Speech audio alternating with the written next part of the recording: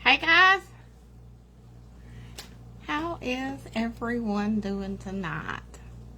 I do hope you're well on this Tuesday. Thank you for tagging people. I appreciate that because Facebook kind of doesn't give out the notifications like they should.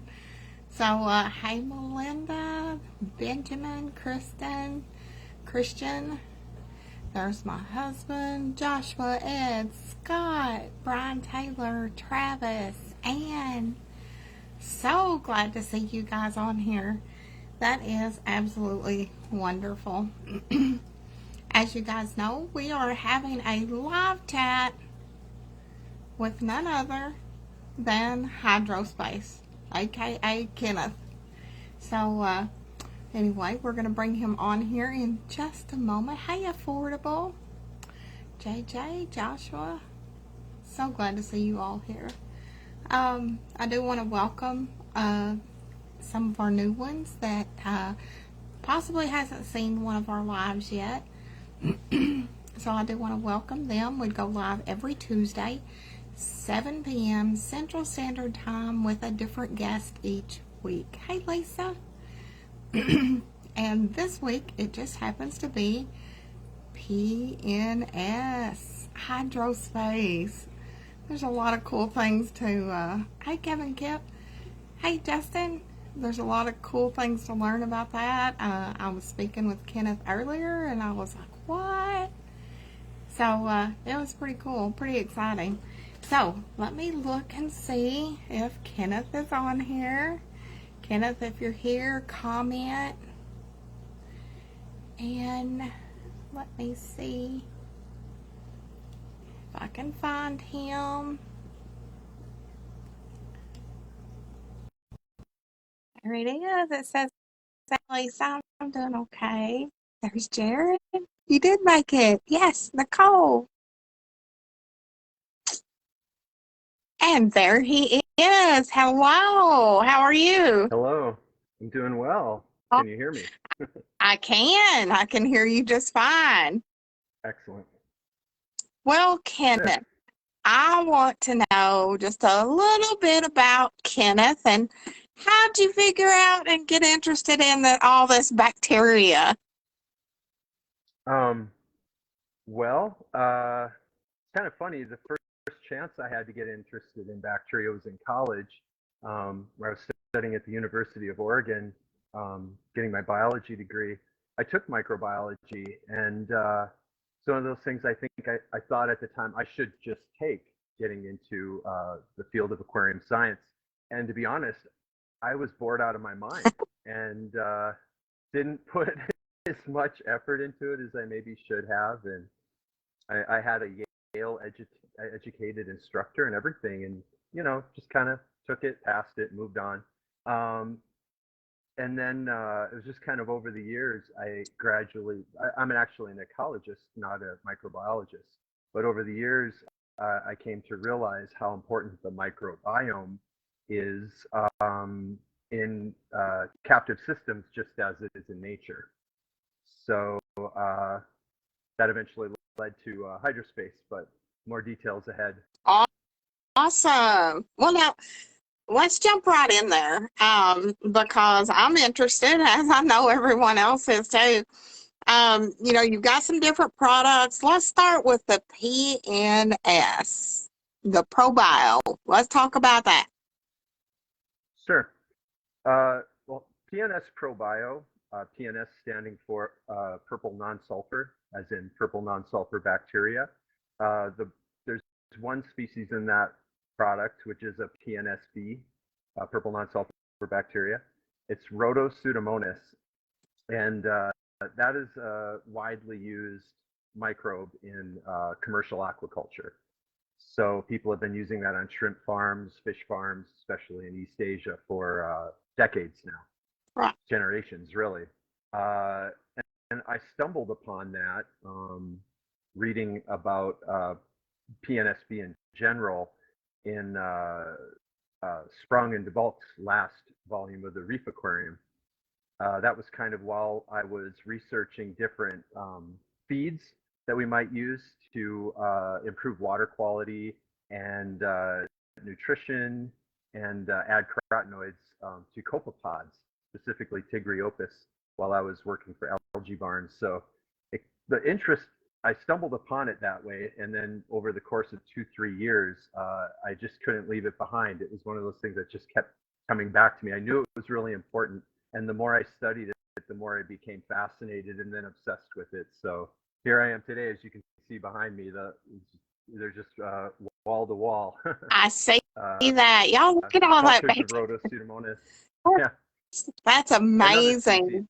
Now, so I'm expanding into other PNSB because they're all a little bit different in their ecology and therefore their utility in captive systems. So, and then in addition to that, they behave differently depending upon how they're cultured.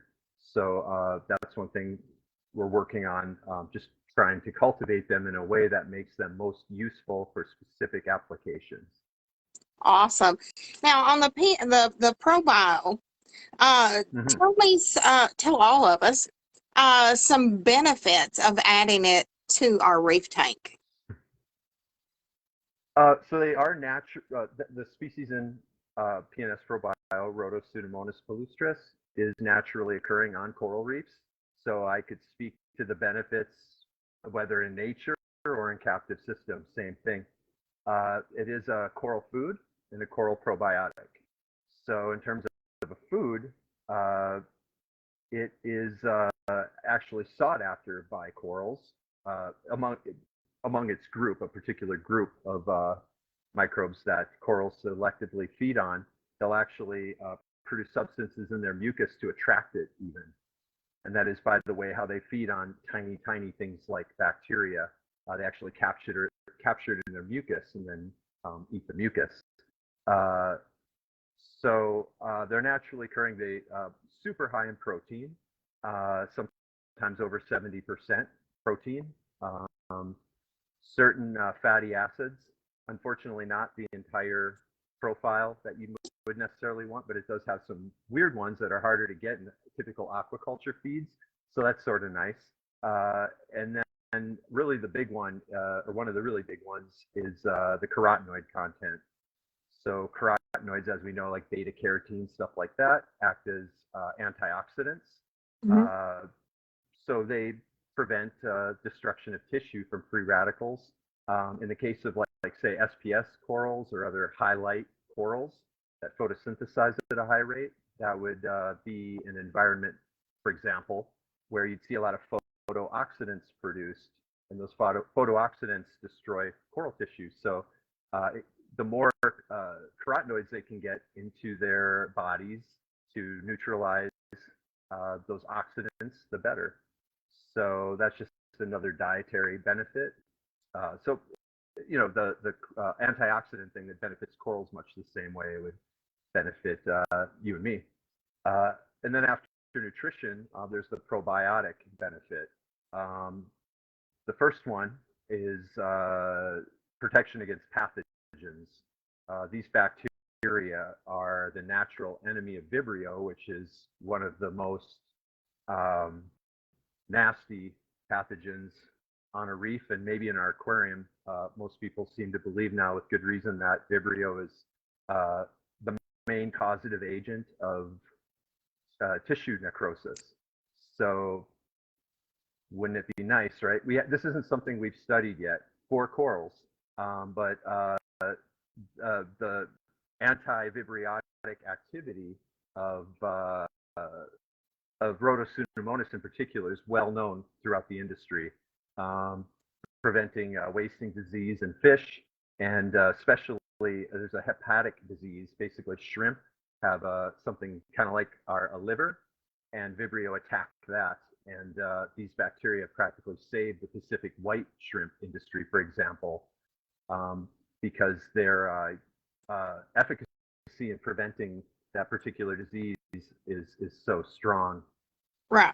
So yeah. So then after that, the probiotic thing, and maybe the most exciting one, really.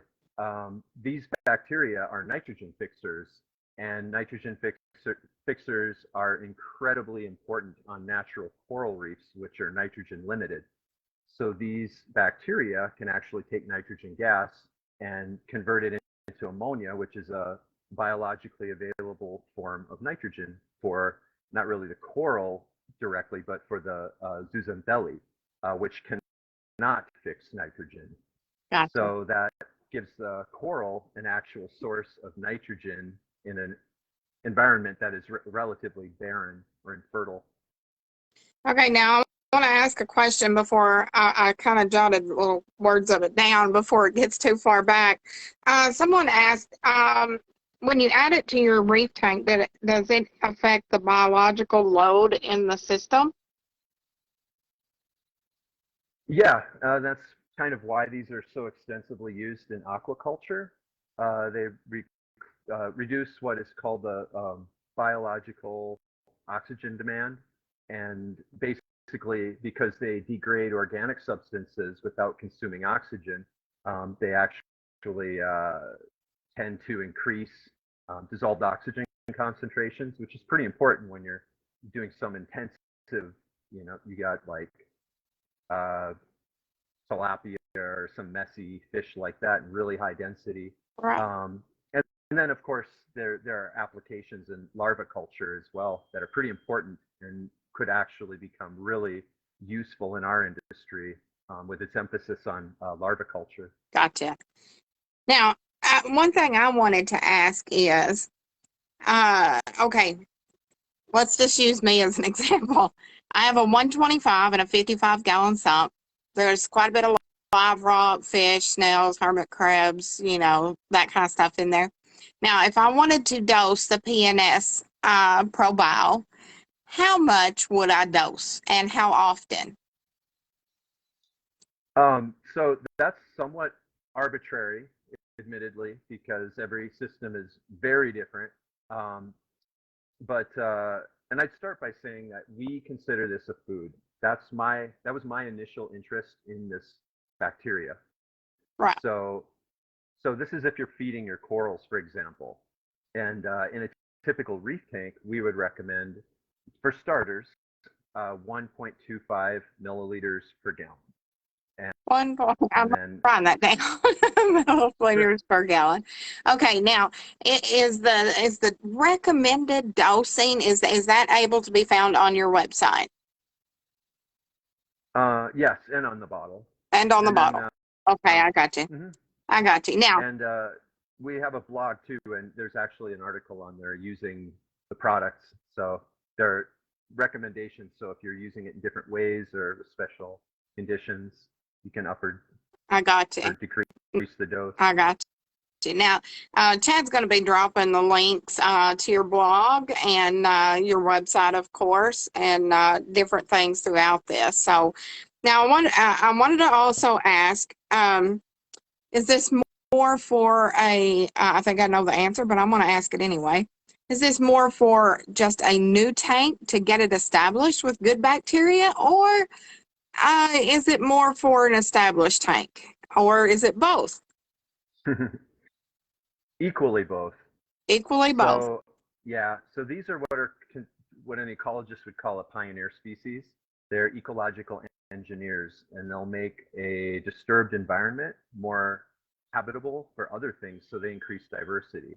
They are very adaptable and they're very tough, so they're good early colonizers. which makes them excellent to add in tandem with your traditional nitrifying bacteria, say the type you'd use in like Fritz, Turbo Start or something like that. So these are very different from those bacteria. They actually complement each other. And since most people are really familiar with nitrifying bacteria and are pretty familiar in how they work, I guess I could contrast them. That might be kind of interesting. Okay. Sure. So nitrifying bacteria are autotrophs, meaning they're like plants. They use inorganic sources of carbon, like CO2. These bacteria are heterotrophs, and most of us know what that means. We're usually targeting heterotrophs when we carbon dose. We're basically trying to give them carbon so that they grow, and in so doing, take up nitrate and phosphate. So these guys, being heterotrophs, can consume things like detritus. In fact, they're really good at that because they possess enzymes that can digest things that other bacteria cannot, like cellulose.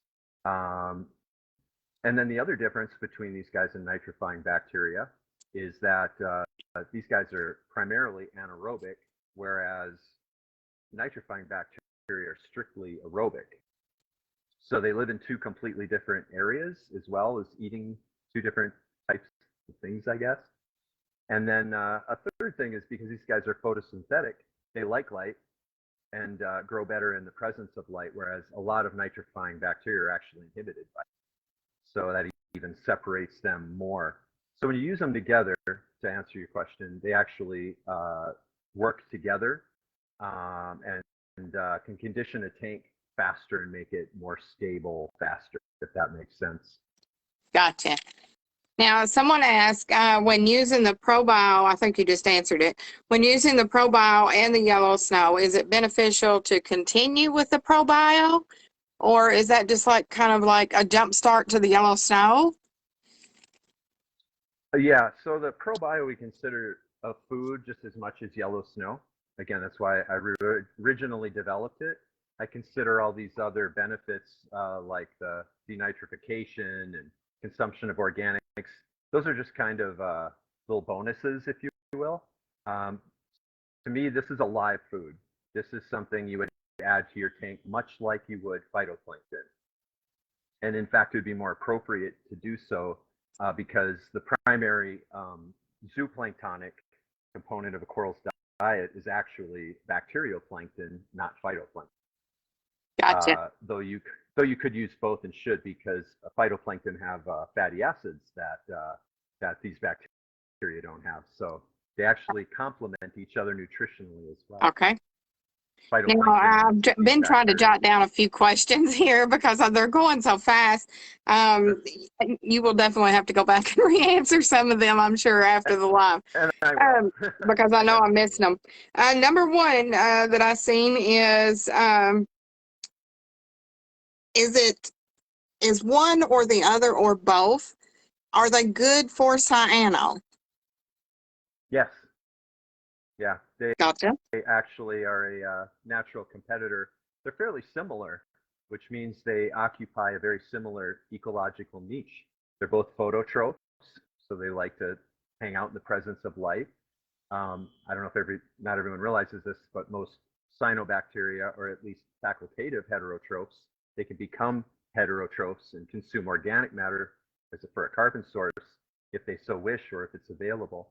Well, these guys compete with them for that, right? And then, of course, just for space, they compete. In addition to that, these guys secrete antibiotics to which cyanobacteria are sensitive.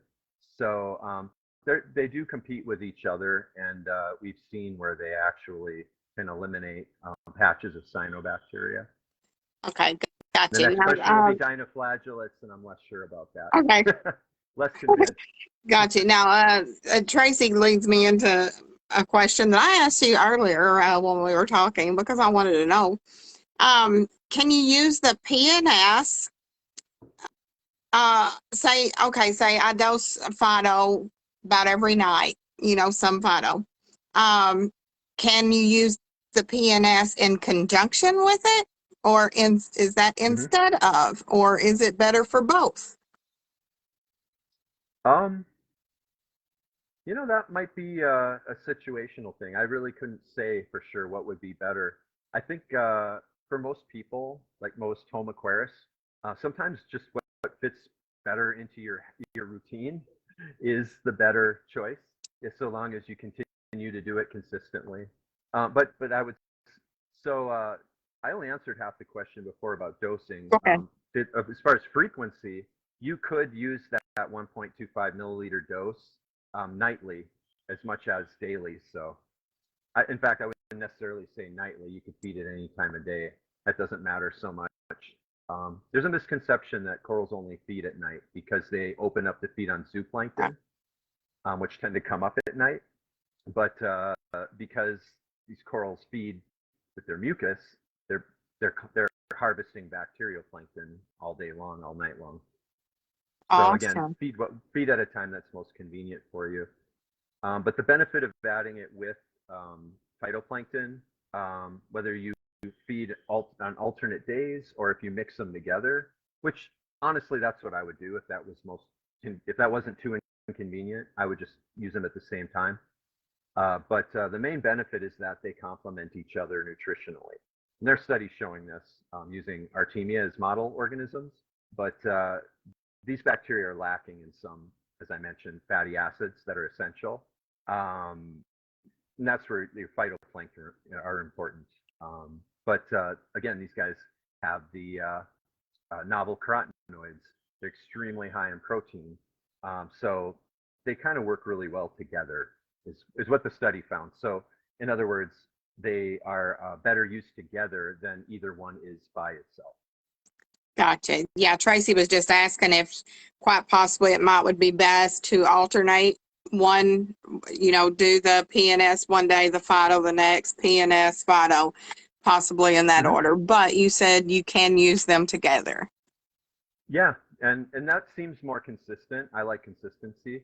So I get the same question with yellow snow. Should we alternate or use them together? And I'm like, you don't mind pulling out 2 bottles and dosing them at the same time every single night? That's probably better. It's more consistent to have smaller amounts more frequently, like in most cases, of most of anything we feed or dose. But I don't see any problem with doing it every other night. If someone sticks to that, that's definitely good enough. Absolutely. Sure. Now, I do want to ask, while we're on the PNS ProBio, is number one, can it be used in freshwater? Because I do know we have some freshwater people on here, or fresh and saltwater people. Mm-hmm. So yes, absolutely. Yeah, it occurs in all kinds of freshwater habitats. It's common. In fact, its name implies that it was discovered in a swamp, palustris. Most of them are euryhaline, so they can live in pure fresh water all the way up to hypersaline water. So salinity, really, they just don't care. They adapt. Gotcha. Yeah. So the benefits in a freshwater tank are also many and different, sort of. So similar to benefiting the algae that live in corals, as I was mentioning, because they're nitrogen fixers. They basically take from thin air nitrogen gas and turn it into a fertilizer in the form of ammonia. Well, they'll do that for the zooxanthellae coral. Well, they'll do the same thing in plants, and they're widely used for that purpose in agriculture. And then the other thing is they synthesize plant growth hormones like auxins and ALA. For anybody that's familiar with that stuff, that really is into their aquatic plants or plants in general, they're actually pretty good at that if they're grown under certain conditions. Gotcha. So that thing, and then the last thing is if you have a planted tank, because they consume the detritus that other bacteria can't, all that cellulose that's left behind from dead plants, they'll break down all that dead leaf litter. So similar reason that they're used widely in the pond industry is just to get rid of all the dead leaf material. Gotcha. Now, it was one of my questions, but I've seen it dropped here also, so everybody's wondering the same thing I was. Number one, what is the shelf life? And does it have to be refrigerated, or can it be hooked on a doser? Okay. Uh, so shelf life, it's 8 months from the date out when it's bottled. So and that's very conservative. Yeah. We've had bottles. Yeah. I had somebody last year get back to me um, that they had a bottle that had expired it was going on a year, and then I said, like, you know what? If you ship that bottle to me, I'll ship you 2 new ones. I just wanted to test it.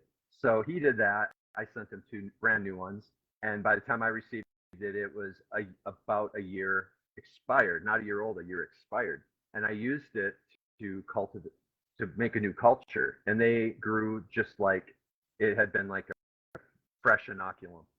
So we really Wow. don't know. Yeah, it's really incredible. They can survive in a like just a closed bottle, almost seemingly indefinitely.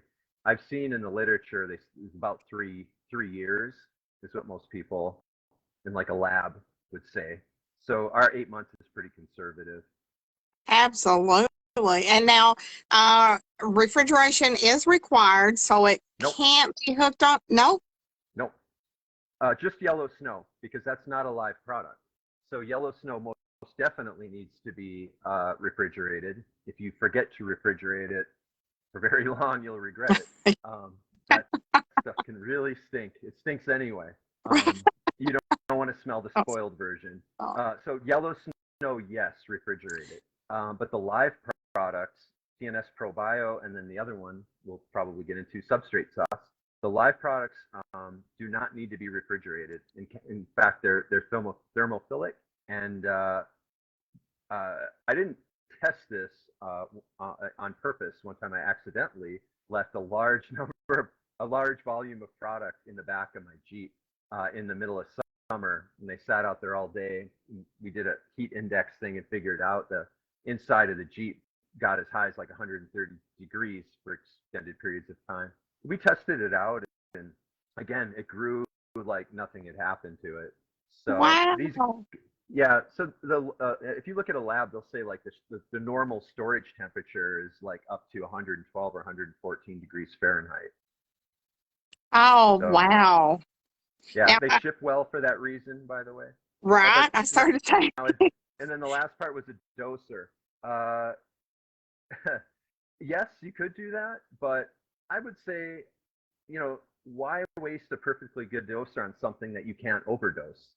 So these bacteria are you're about as likely to overdose turbo start or something as you are these guys. You just really gotcha. can't. We've tested this. I've done 40 time overdoses and could not harm SPS, LPS, softies, zoanthids. Just can't do it. But I overdose our test tank regularly just because I have the volume of stuff, and when I'm discarding things, I just throw it in there. It never has any kind of ill effect. So I wouldn't say a doser is really necessary, particularly with something live that can grow in the lines. You'd probably just spend more time unclot trying to get the biofilm off the lines and get tired of it real quick. Right. Now, a couple of people have asked this, and I want to try to get to it while we're on the live, is a UV light. How does that impact the PNS ProBio? Does it? Does it change anything? I suspect it kills them. I mean, that's what UV sterilizers are meant to do, and they kill bacteria more easily than they kill anything else. So yeah, we recommend turning off your sterilizer for at least 12 hours after you dose. At least the first time. If you're feeding, now that comes with some. So if you are just using it as a food, which is what I would do, I'd leave the skimmer on, which potentially could remove a little bit, but why mess with the skimmer and then have to hope the pump doesn't jam when you turn it back off and on, over and over. So I just leave all that on, and even if some of it goes through the sterilizer and gets killed, it's nutritionally exactly the same, and the corals will eat it. So that doesn't really matter. I would only recommend turning off the UV sterilizer for somebody that's using these products with the intent of seeding it in their tank with the hope that it would establish itself. Gotcha. Now, in rearing down on the PNS ProBio, we're going to hop into the PNS substrate. So, first of all, can you tell me what the difference between the two are? There's a few. One is that PNS substrate sauce has 2 species in it. In addition to Rhodopseudomonas, it also has Rhodospirillum, which is another purple non-sulfur bacteria. Kind of similar, but not totally similar. So it's just a little bit more diversity, right? And nutritional profile and so on. Different antimicrobial substances. Another difference is that whereas PNS ProBio is, you can use that for a freshwater tank, as we were saying, because it's actually cultured in freshwater. PNS substrate sauce is cultured in saltwater. So a lot of people it wouldn't matter in say a goldfish system or something like that, that extra tiny bit of extra salt might be beneficial. Not so much in a planted tank, maybe. So substrate sauce is, at least nominally, a saltwater specialized product. The reason for that is because it's for cycling. We wanted it, and we wanted it to be specifically for saltwater tanks. We wanted it to work faster, and there is a lag time, as they call it, where the bacteria have to adjust epigenetically and so forth to kind of adapt to their new environment. Right. Well, we shave off maybe 3 days of adaptation, so they work almost instantly when they go straight into a saltwater system. And then the last difference, I guess, is that it's grown on a totally different growth medium. We don't put that one actually has so instead of all organic nitrogen sources, that one actually has a small amount of ammonia as a nitrogen source. And the reason is that shuts off the nitrogen fixing mechanism that they have, and because if you're cycling the tank, you don't want them making more ammonia. They're probably going to do that anyway, presumably, because the tank's going to have ammonia in it. But it just readies them more for the conditions of a tank, as it usually is in that early cycling period. Gotcha. Now, real quick, someone is wanting to know if amino acids are added to either of these, either the PNS or the PNS substrate. Amino acids. No. No? Gotcha. There you go. Mark, you got your answer there. I had to think about that because we've worked with amino acids, because there are certain amino acids that that promote the production of the plant, the phytohormones.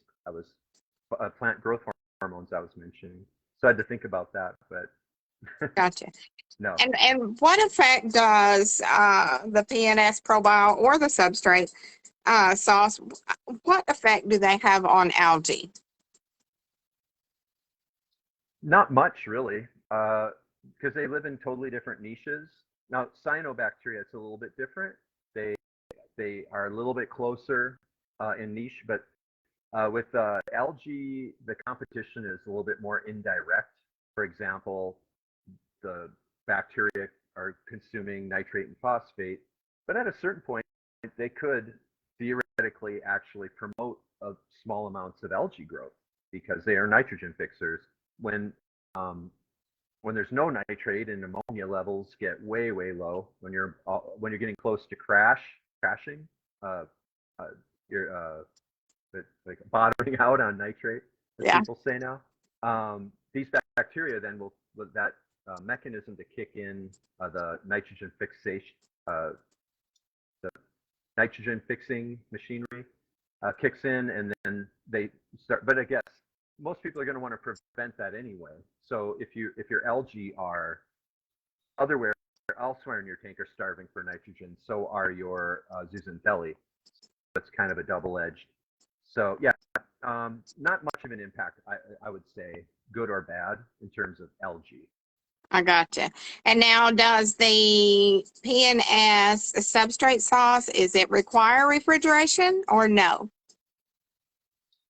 like I Yep. said, the live products, that's an easy way to remember it. The prepared product, yellow snow, the marine snow simulation, that most definitely needs to be refrigerated and says so on the bottle. Okay. And then the live products, because those bacteria like it warm. Now they can be chilled. It doesn't kill them, but it just makes them inactive. So you're really just better off doing what's most convenient and throwing it on the shelf somewhere. Gotcha. And someone just asked, will this help control nitrates and phosphates in an established tank? Mm-hmm. Yep. Yeah. So going back to where we were talking about using it in a new tank or versus an old tank, you get benefits both ways. Like I said, in the case of an older tank, where you might have an accumulation of nitrate and especially phosphate, these bacteria can, like a lot of bacteria, will remove it, but these species Gotcha. actually do some special things.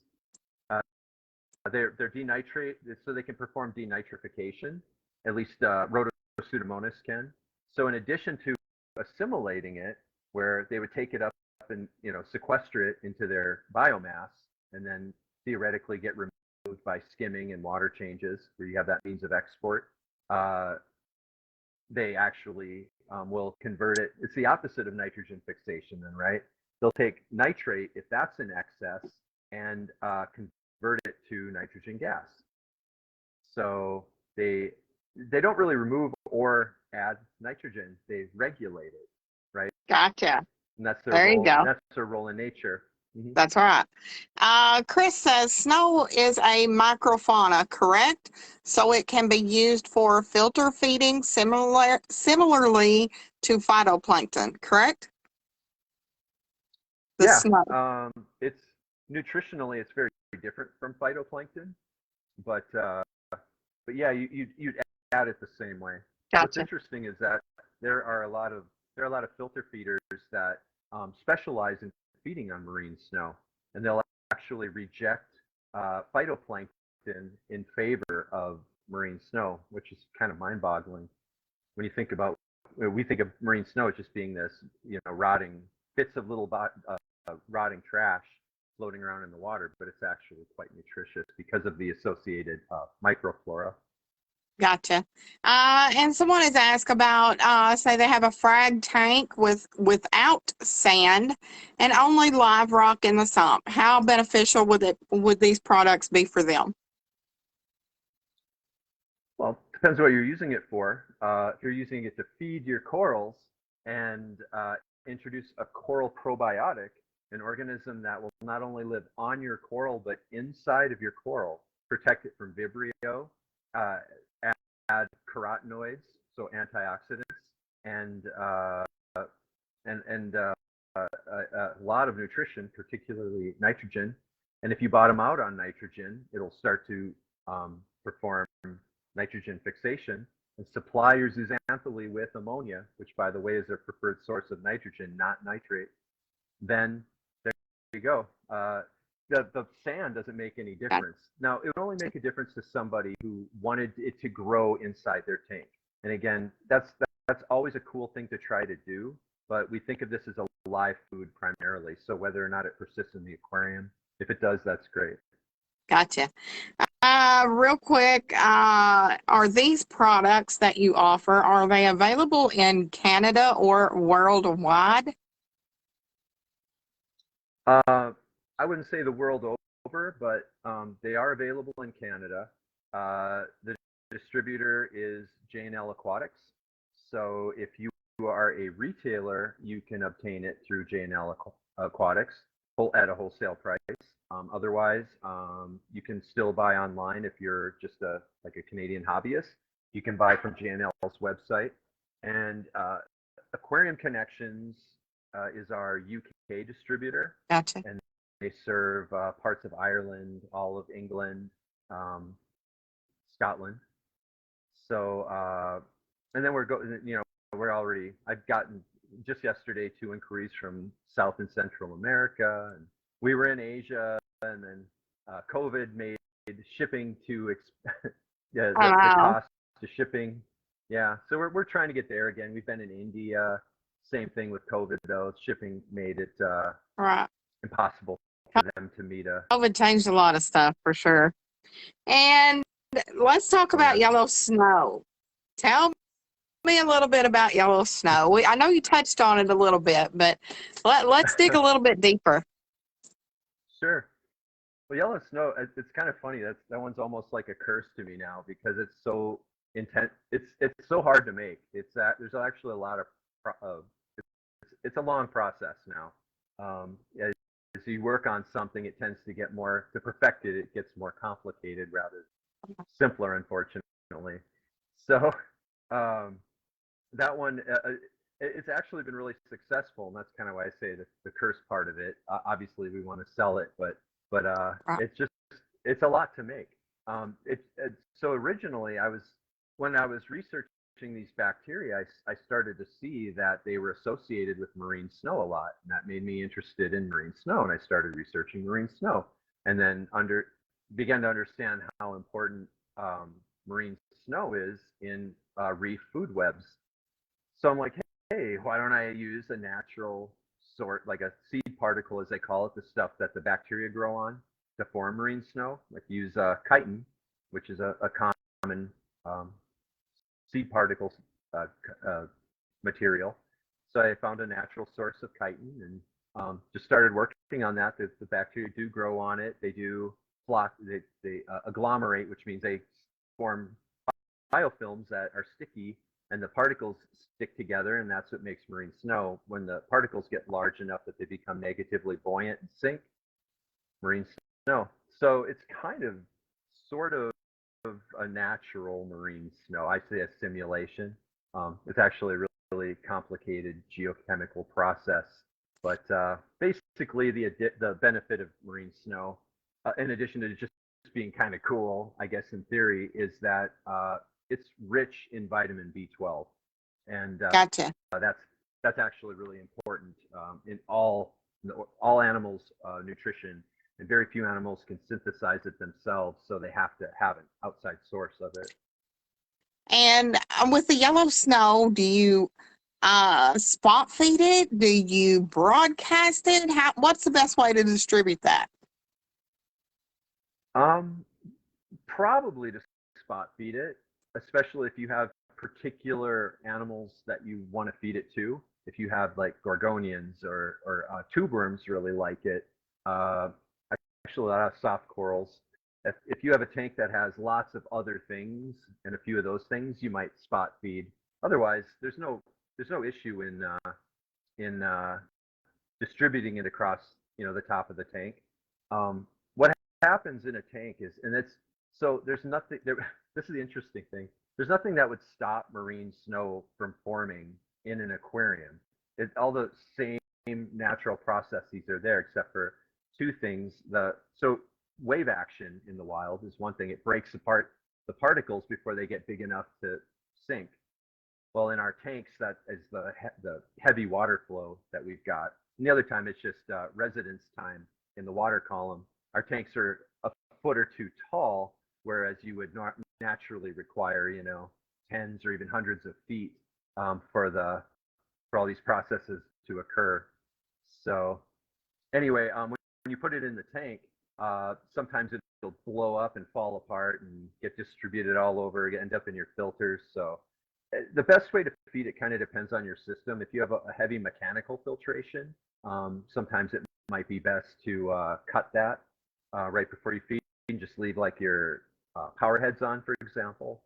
But yeah, I'd add one nice thing about yellow snow is that the corals do recognize that flavor, if you will, that microbial goodness, and as soon as they taste that in the water, you'll see not only the corals open up, but like bristle worms will start coming out of the sand, and Nacerius snails and all kinds of. Everybody sees that or smells it, and it's kind of a nice primer before you feed other things sometimes. Right. So that's just a little extra tip. And one other thing, Awesome. because it's sticky, sometimes when you feed, I used to think it was annoying until I realized how valuable this can be. When you feed, because it's got all the polysaccharides and stuff from the biofilm, once in a while, depending on how much stuff is in your water, it'll flocculate it out, and then you'll start seeing on the tank walls like just a little bit of like film. And at first it was annoying, then I realized, oh wow, when you that's a good thing to do right before you're going to clean your glass anyway. So so I would do that, and then when it was, I feed and then clean the glass, and when you wipe that, then that just loosens up that much more stuff, and the corals and other filter feeders go wild. So Awesome. kind of cool. And do you say you don't, I think you answered this earlier, no preference as to, when the lights are on blue or the lights are out or the lights are on white. So no preference there. They'll feed whenever. Yeah, you can add it any time, and the corals will take it up for sure. Selectively, in fact. Gotcha. Now, where do we find this stuff? I know I've seen the Hyrospace link dropped. Can you tell us where all we can find this? Can I go to my local fish store and find it? Maybe. And if you can't, you can tell them to reach out to our U.S. distributor, who is Aquarium Supply Distribution, ASD. That's our sole distributor in the U.S. Really nice guys, I would add. And if you other than your LFS, you can get it online. Bulk Reef Supply, saltwateraquarium.com, Premium Aquatics, and as always, Algae Barn. Gotcha. That's awesome. Now, if I ordered, say I got off here tonight and I ordered it, how are you guys at fulfilling the orders? Are they processed within 3 to 5 business days, or what are we talking here? If I was really wanting some. Well, it depends on the vendor. If you mean how fast they would ship it, or yeah. If I ordered it tonight, when I was wondering, when I could expect it. Oh yes, so we don't drop ship. So it just kind of depends on the vendor. I know if urgency is a big thing, saltwateraquarium.com is known for being very, very fast. So I would maybe go with them if you were in the biggest hurry. Gotcha. Now, price-wise, is it the same price whether I order it from Hyrospace or Algae Barn or saltwateraquarium.com? Is it pretty much the same price point? As far as I've seen, I kind of keep up with that, and so far everybody sells it for the same price. I would add though, because if you said either through us, we don't sell retail now that we distribute any direct retail, except for one product, which is not. It's kind of like our specialty product, which is the PNS Home Grow, and it's the kit that you can use to actually grow one of 3 different species of purple non-sulfur bacteria yourself. Awesome. Now, you guys sell that there on the Hyrospace website, right?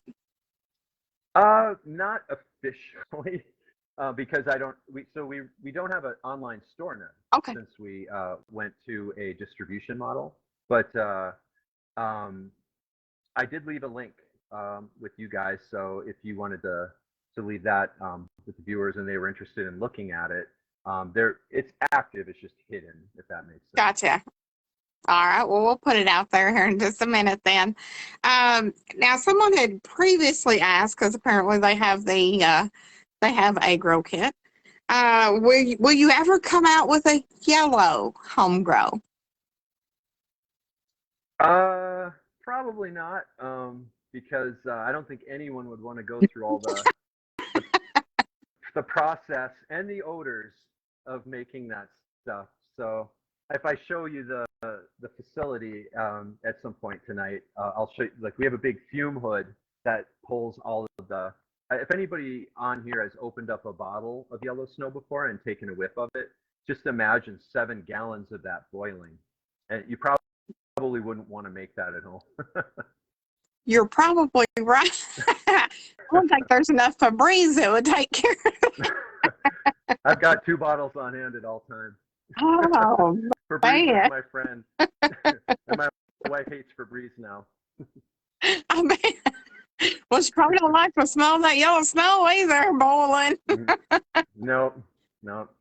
I Golly, so, believe the last place we were at, they were she was actually just speaking with the owner of the building we used to work out of, and they said that they are still trying to get the odor out of the walls there. So oh my God, how fun. yeah, They might it's just bad have to stuff. give you that building, buddy. Oh Yeah, my God, that's I'm so lucky that funny. Matt didn't have to go in. Now, I do want to throw. I told you before when I was speaking with you, but I had acquired a PNS Pro Bowl and a yellow snow before. I believe I might have won it in a contest or something. I don't remember.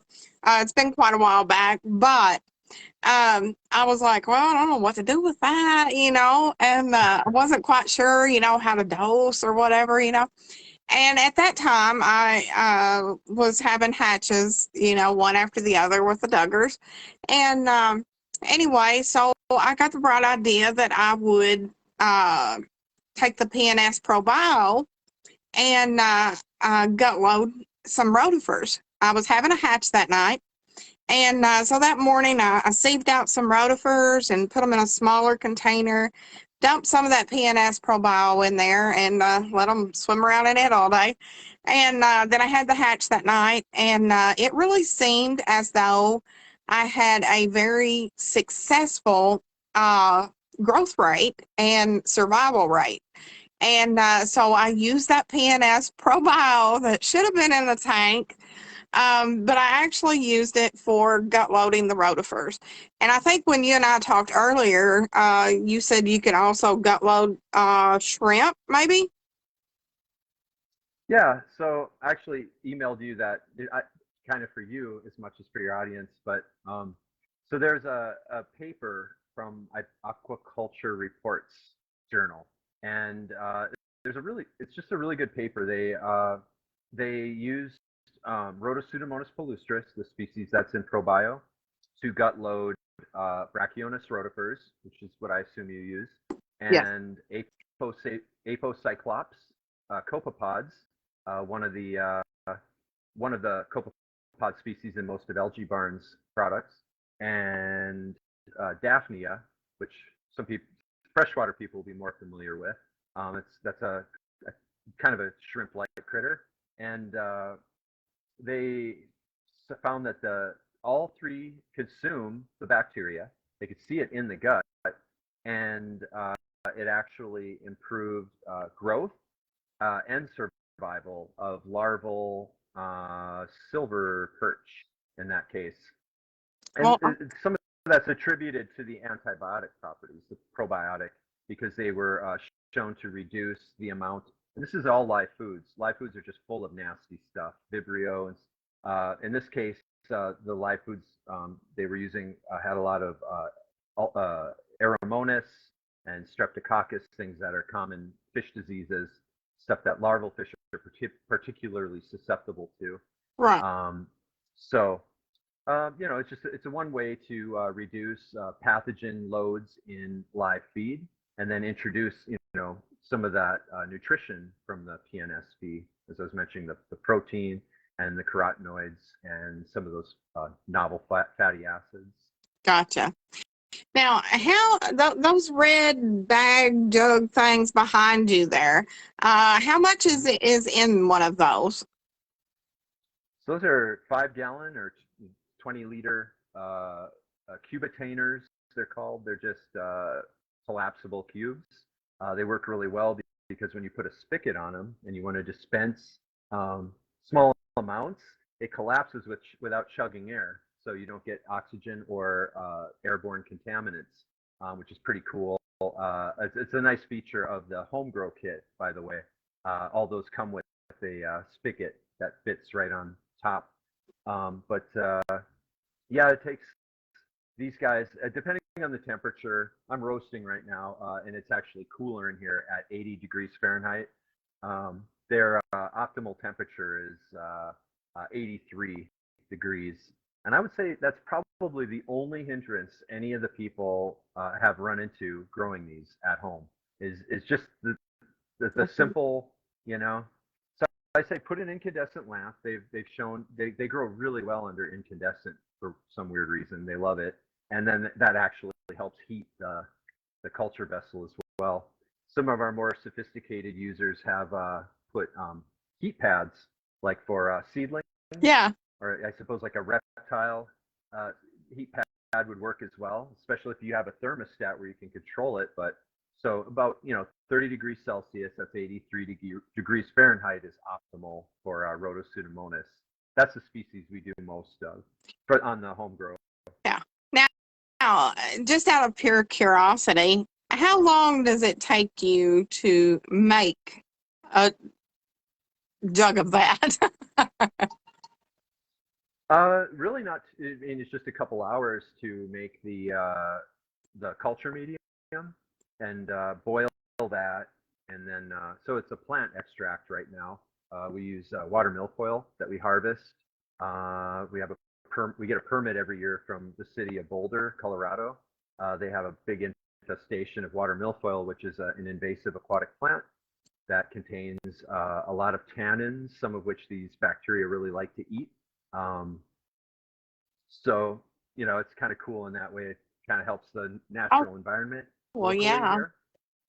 Our only issue has been obtaining enough of it, and then uh, just bureaucracy. As we grow, that gets more and more tiresome, and I want a stable supply, and frankly, something a little more consistent. I want the product to be a little more consistent, so we're moving towards a more traditional growth medium. So, just lots of salts and stuff like that.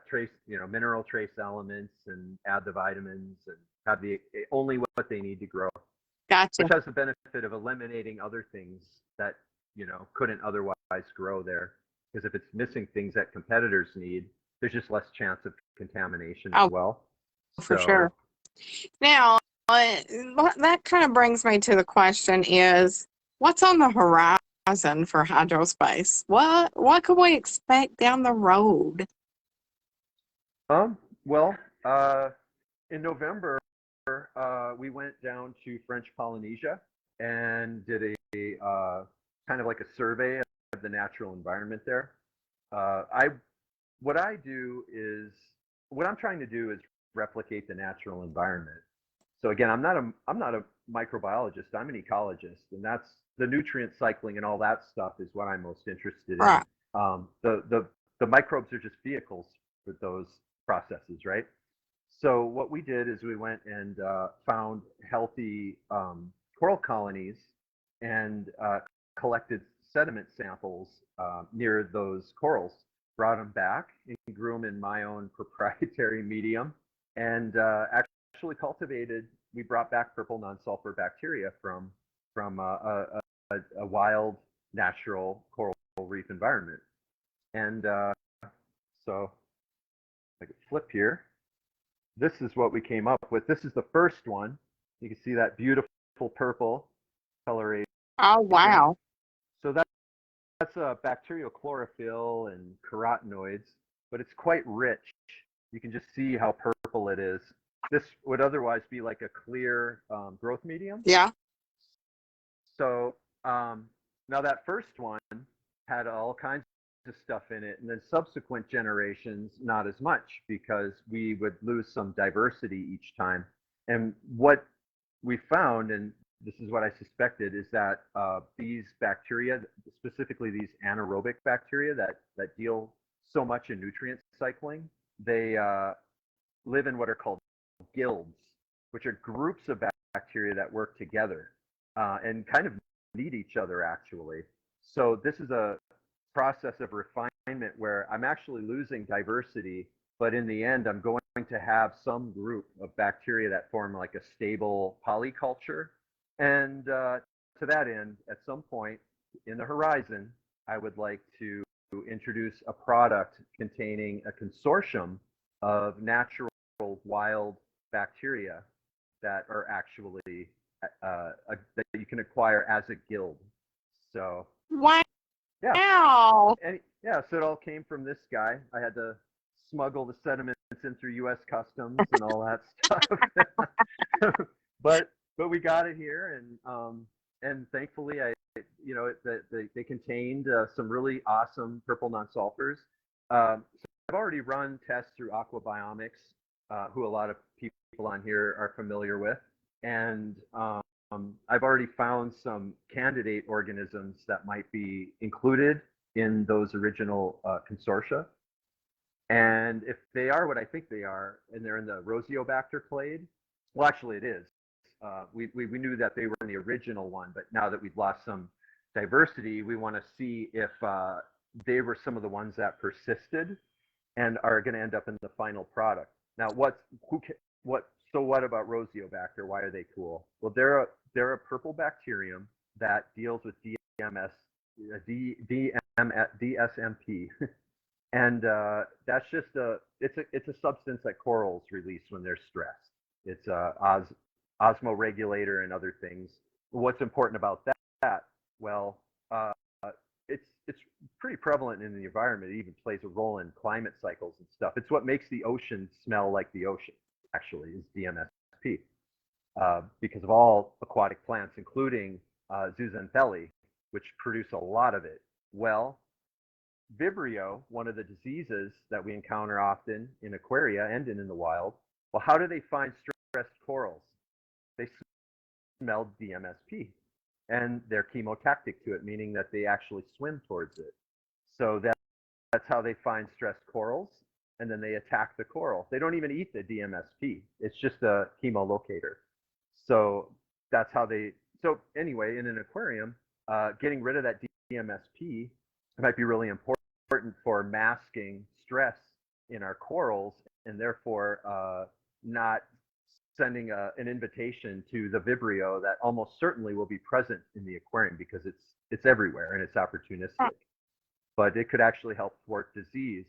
And the double punch there is, say, if there is some Vibrio and it wants to, if it wants to take a chance, if it's feeling lucky, well, the Rhodopseudomonas will be waiting there for it. Its natural enemy, right? Ready to give it a big knockout with the stuff it produces, like streptomycin that kill Vibrio. So anyway, I know it's a long story, but that kind of gives an idea of the thought processes of how we develop products and what makes us interested in these bacteria and so forth. Wow, that's awesome. Now, someone just said, I wonder if Vibrio has a hand in brown jelly disease. Any thoughts on that one? Yeah. So Dr. Eli Meyer from Aquabiomics has actually really published a paper looking at brown jelly disease, and he identified the pathogen as Arcobacter. It's a different bacterium. I found a lot of it actually where we in our samples that we took from French Polynesia in otherwise healthy corals, but these were all Porites and SPS. Brown jelly, of course, tends to attack Euphilia and stuff like that. So it could be a difference in host, or it could be just a difference in species. There are a lot of Arcobacter, and it may be just one that is really dangerous. I don't think Eli identified that particular one down to the level of species, but now that we know what it is, for example, we at least know if it's gram-positive or negative, and then from there you're like, okay, we could try this particular antibiotic, and or we can find an antagonistic organism, say find out which bacteria are its natural competitors and introduce those into the aquarium. Do something even a little more natural that doesn't involve the use of antibiotics, which of course has its own problems. True. So absolutely. It's just another way of looking at stuff. Right. Andrea says that Vibrio is thought to be the cause of a lot of our seahorse bacterial infection struggles. It would be amazing to know that there's a way to fight it. That's wasting disease. So luckily enough, seahorses will eat live foods, and what do you know? Live foods, everything from rotifers to Artemia, copepods, Daphnia, they'll all eat these bacteria. So an interesting thing about streptomycin is it does pass through the intestinal tract, so it does get into the bloodstream. Not all antibiotics do, but so if you feed these bacteria to an animal and it eats the the feed organism and some of those antibiotics remain undigested, presumably they can transfer through the digestive tract and then have a systemic effect. And that is what we see in Pacific white shrimp now, because they're just used in the feed and even in the water, and somehow it treats the affected areas, the shrimp's kidney. So Wow. something we haven't tested yet, but I would definitely love to. I've Oh, talked a for little bit sure. to some people from Alyssa's, from Seahorse Savvy, They are savvy. and Yep. yeah, I would love to work with them a little bit more on that one. As far as I understand, they don't really have a lot of issues with disease there, but if they ever encountered something like that, it would be fun for them to have it on hand and then maybe do some tests. If they're really feeling ambitious, they can induce. We can get all these. There are repositories where we can get these disease organisms if we really wanted to do some experimentation and actually induce disease in some subjects and then do some really complicated. But that gets pricey, and we're all busy, so. Right. I imagine you do stay busy with all making all that. That's just insane. So what size of an area do you have there? Is it, like this huge building, or what is it, just, your basic base foot size, or what are we talking here? Mm-hmm. Yeah. So we're a family business. I'm very proud of that. We're small, and I'm proud of that as well. I think a lot of people, and I laugh, I see a lot of people out there trying, they do things to make themselves look bigger and grander, and like, as I tend to be more respectful of like craft producers. So I'm actually kind of more, I'm afraid to bring on an employee as much as I need one, because the process is complicated, and biosecurity is even a bigger issue for me, and I'd have to find someone I really, really trusted. So that's, I like being small, and we are already cramped in this space. We just upgraded in December, and I haven't really completely put everything together in here yet, but I can do another little walk around, and then you can get a visual idea of what it looks like. Starting from, actually, you get more light in here too.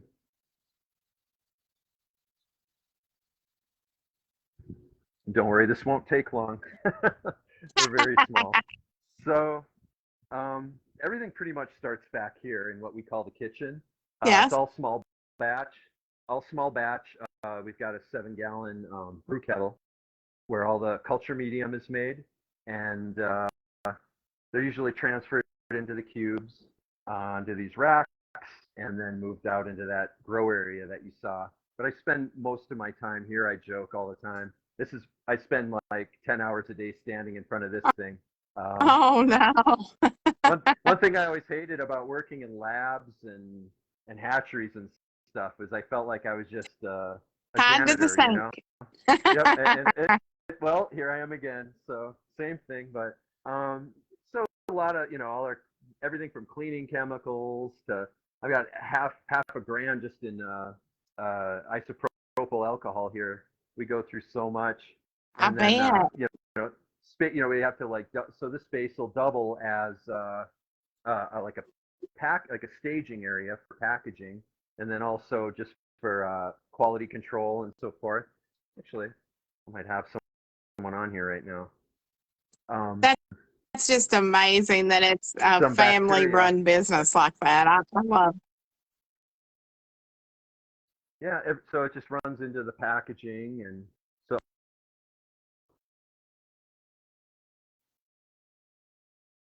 Oh, are you still on?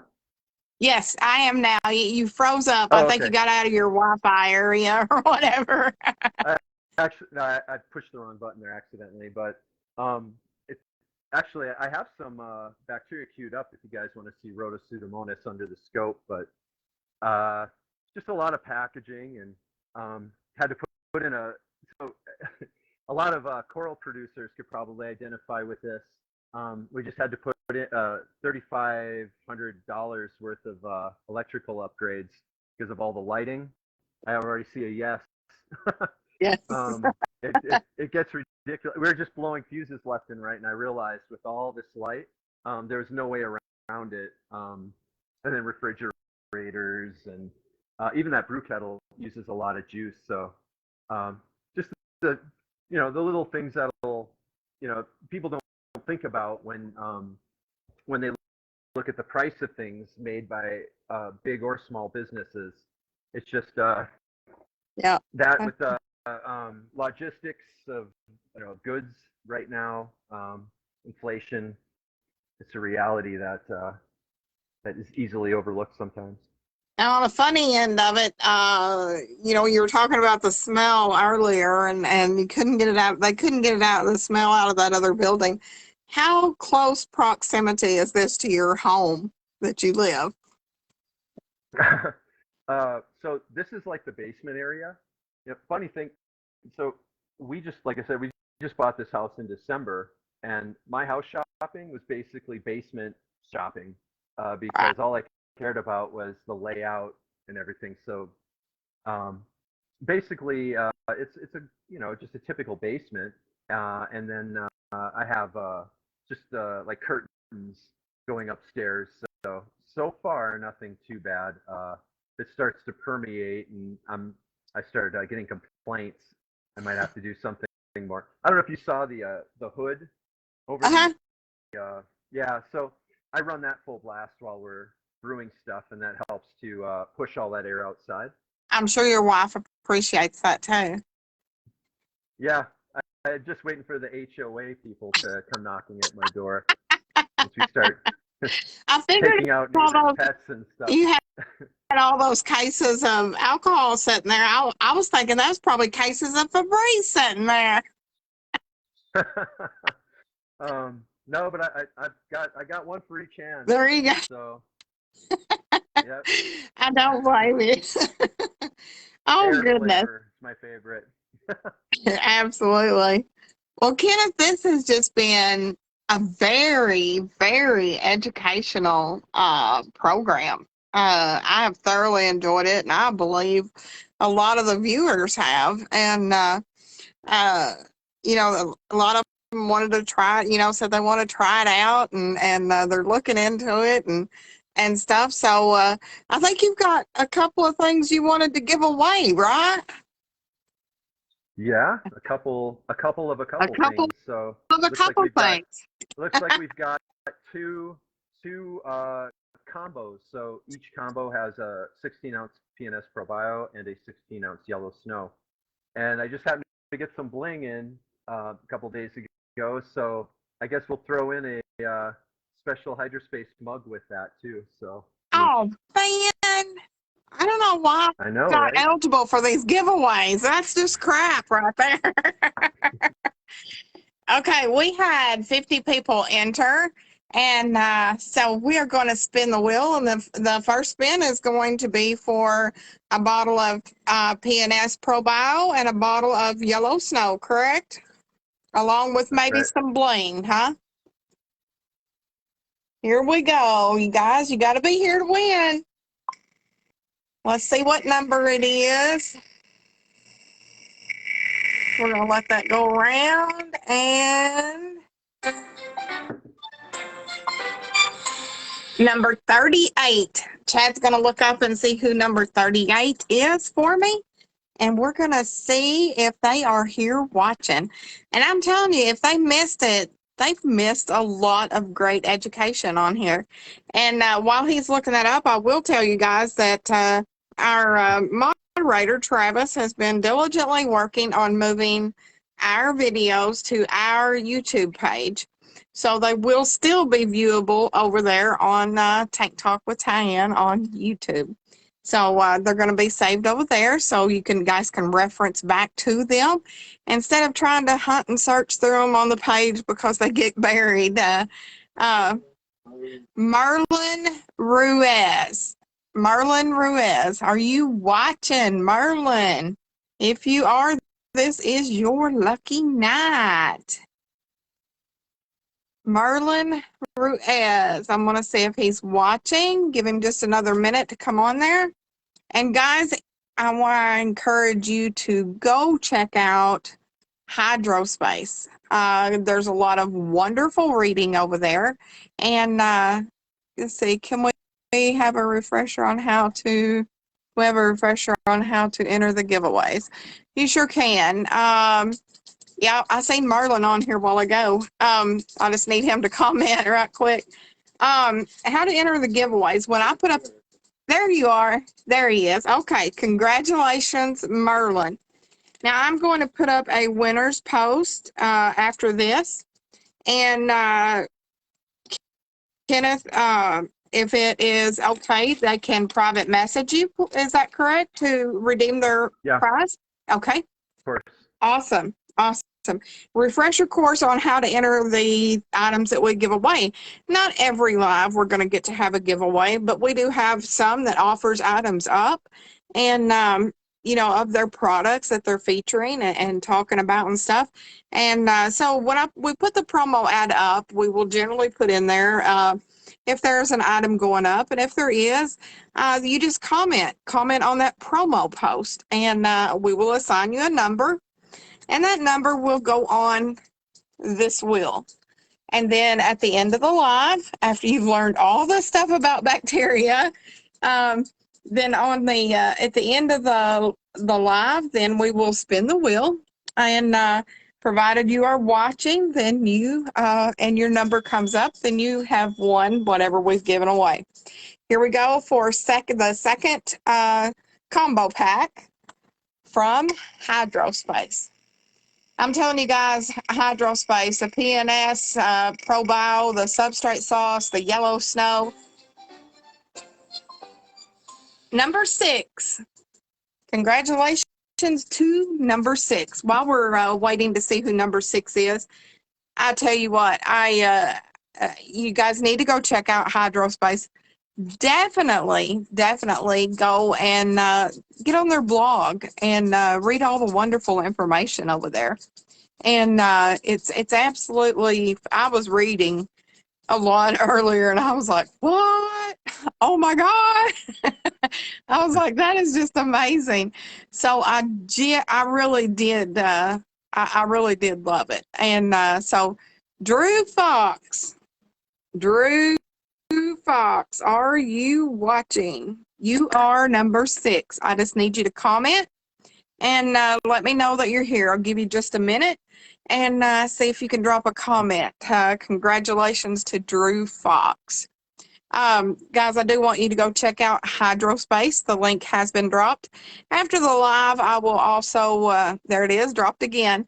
I will absolutely make a post, or if you would rather, Kenneth, you can make a post about Hyrospace and add any of those links that you would like to it also, and for them to be able to click on. And I was like, when I started reading some of that, I was like, oh my God.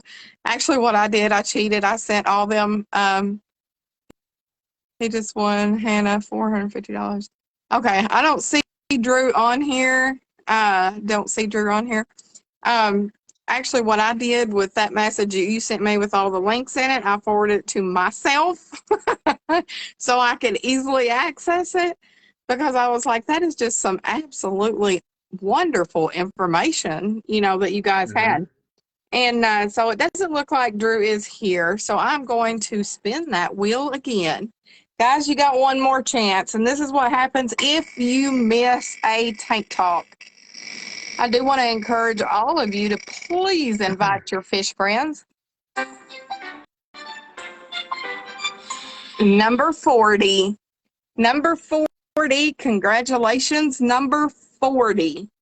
While Chad is looking up who number 40 is, I will tell you, please invite all of your fish friends to the page. We are getting so close to 5K, and I would love to hit 5K by our first birthday, which is April 4th. So with you guys' help, we can do it. So go down that friends list or Actually, just Nicole Kahn. Nicole Kahn. If you are watching, I need you to comment. Nicole Kahn.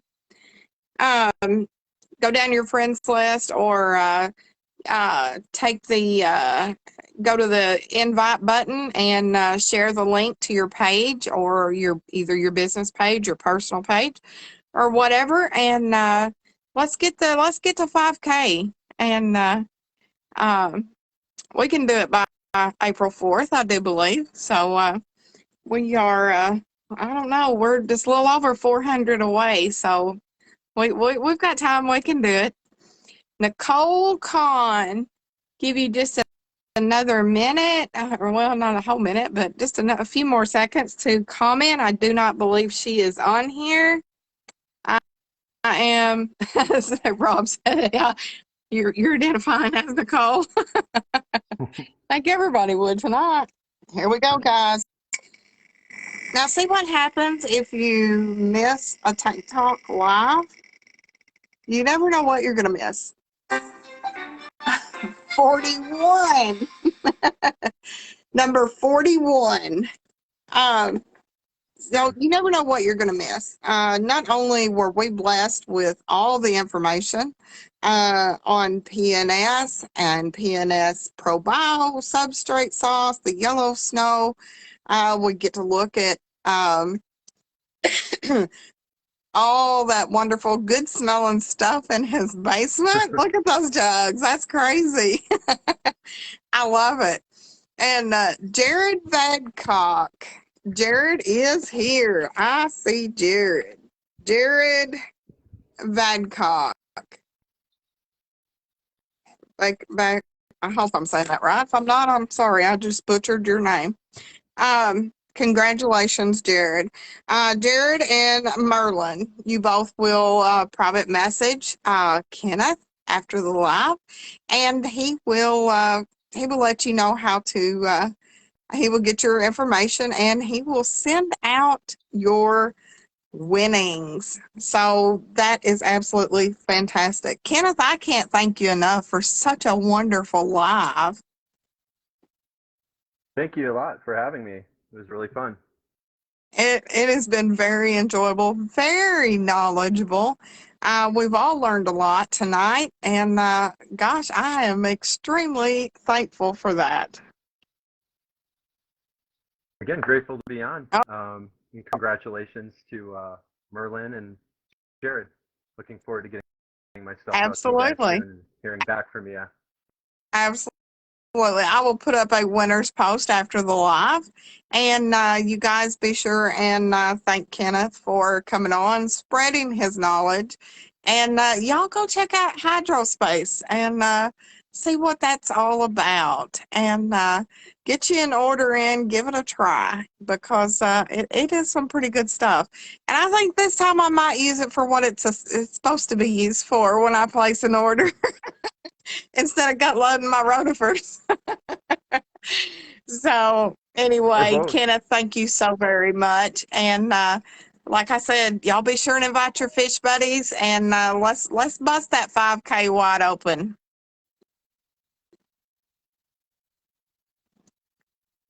Thank you very much, Kenneth, and I will make a post, and you be sure and make a post and drop the links, the desired links that you want to your blog and different things, and because I know that's some interesting reading for everyone, so be sure and do that after the live, and you can go back and answer any questions on that we didn't get to on the live. You can answer them in the comments, so I'm sure they would greatly appreciate that. Will do. And hopefully I'll see some of you on the first weekend of March at Reefstock, Denver. You're going to Reefstock, Denver. Are you going to Orlando? I don't think so. So far, Reefstock is the only one that's on my list, but that one's coming right up. So yes, it is. Yes, it is. So, guys, you will be able to see him at Reefstock, Denver. If you get to go, you'll be seeing Kenneth at Reefstock. That's amazing. Congratulations. Kenneth, you have a wonderful evening, and I will be talking to you very soon. Hope so. Take care. Thank you. Take care. Talk to you later, buddy. Guys, I do hope you enjoyed the live with Kenneth from Hyrospace. And congratulations to Merlin and Jared. And, you guys, if you miss the live on Tank Talk, you just miss out. Because not only did we have a wonderful live with tons of information, this video will also be stored on our YouTube channel. If you haven't subscribed, I do suggest that you do that, because you can go back and reference any of the videos that have been transferred over there. And like I said, Travis is working diligently to get them moved over there. So anyway, congratulations, Marlon. Congratulations, Jared. And you guys be sure and invite your fish friends, and let's grow this group. We can get to, thank you, Orlando. Let's get to 5K before our first birthday. And I can only do that with your help. Y'all, can you post a link? Can you post a link where can I order stuff? Absolutely, Veronica. As soon as this live is over, we will either Kenneth or myself or Chad. Chad just dropped it in the comments, but we will also make a separate post after the live as to where you can purchase these items. So, guys, go check it out. I would really appreciate it. And everyone thank Kenneth for such an extremely informational, educational live. You guys take care. Have you a wonderful evening. And you know who's going to be on next week? I know. We'll drop it real quick.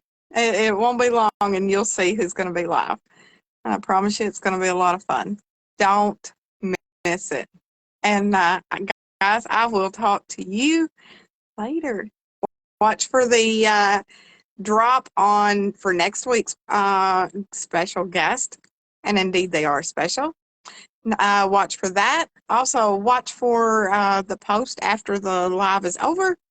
We will post the winners, and we will also post where you can purchase the Hyrospace products at. Take care. Have a wonderful evening, and I will see you guys, if not sooner, I will see you guys next Tuesday on Tank Talk. Bye, y'all.